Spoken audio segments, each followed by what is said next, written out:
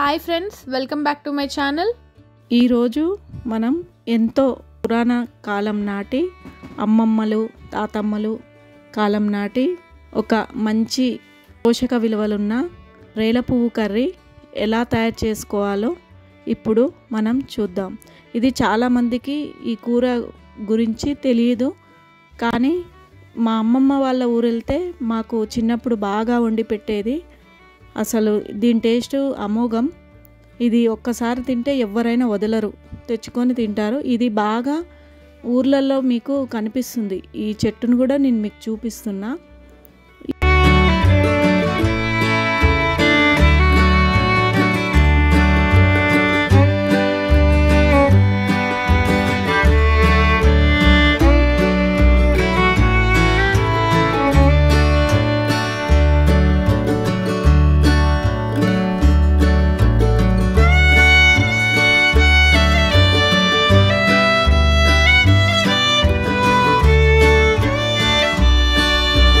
పూత చెట్టు ఎక్కడైనా కనిపిస్తుంది ఊర్లలోకి వెళ్తుంటే. అది తెంపుకొని ఆకులు పువ్వు ఎల్లో కలర్ ఉంటుంది, ఆ పువ్వులను మాత్రమే తీసి వండుకోవాలి. చాలా టేస్టీగా, చాలా హెల్తీ కూడా ఇది.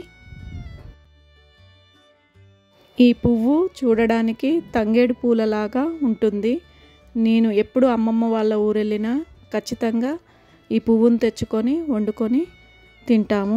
మీరు కూడా ఒకసారి ట్రై చేసి చూడండి.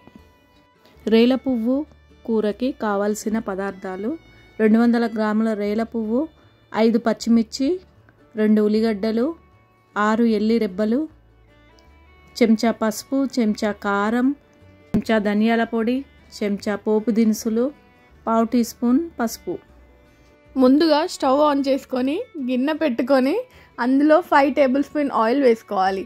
ఆయిల్ వేడెక్కాక అందులోనే పోపు దినుసులు వేసుకొని, పోపు దినుసులు వేడెక్కాక ఇందాక కట్ చేసి పెట్టుకున్న పచ్చిమిర్చి, ఆనియన్స్ వేసుకొని వేయించుకోవాలి.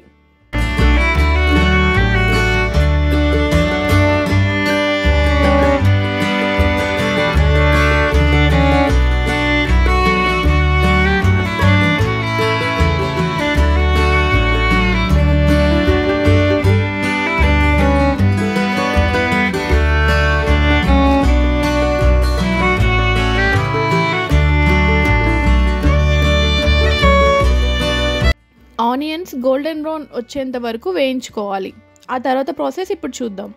ఆ తర్వాత శుభ్రంగా కడిగి పెట్టుకొని వడబుట్టలో నీళ్లు పోయేంత వరకు ఆరబెట్టుకున్న రేల పూతను తీసుకొని ఈ వేగుతున్న మిశ్రమంలో వేసి చిటికెడు పసుపు మరియు అందులోనే 1 టీ స్పూన్ ఉప్పు వేసి కలిపి ఒక 15 మినిట్స్ సిమ్ములో మూత పెట్టి కుక్ చేసుకోవాలి.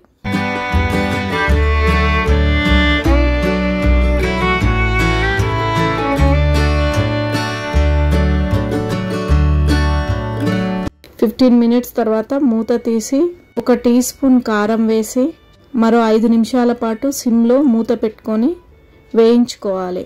మరో 5 నిమిషాల తర్వాత 2 టీ స్పూన్ల వెల్లిపాయ ముద్దని వేసి బాగా కలిపి మరో 2 నిమిషాల పాటు కుక్ చేసుకోవాలి. అంతే, ఎంతో రుచికరమైన హెల్దీ పూత కర్రీ రెడీ.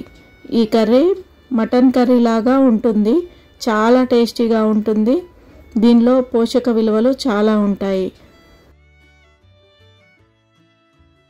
ఈ కర్రీ అన్నంలోకి, చపాతీలోకి చాలా బాగుంటుంది. ఈ కూర భూలోకంలో దొరికే అమృతమేమో మరి, అంత టేస్టీగా ఉంటుంది.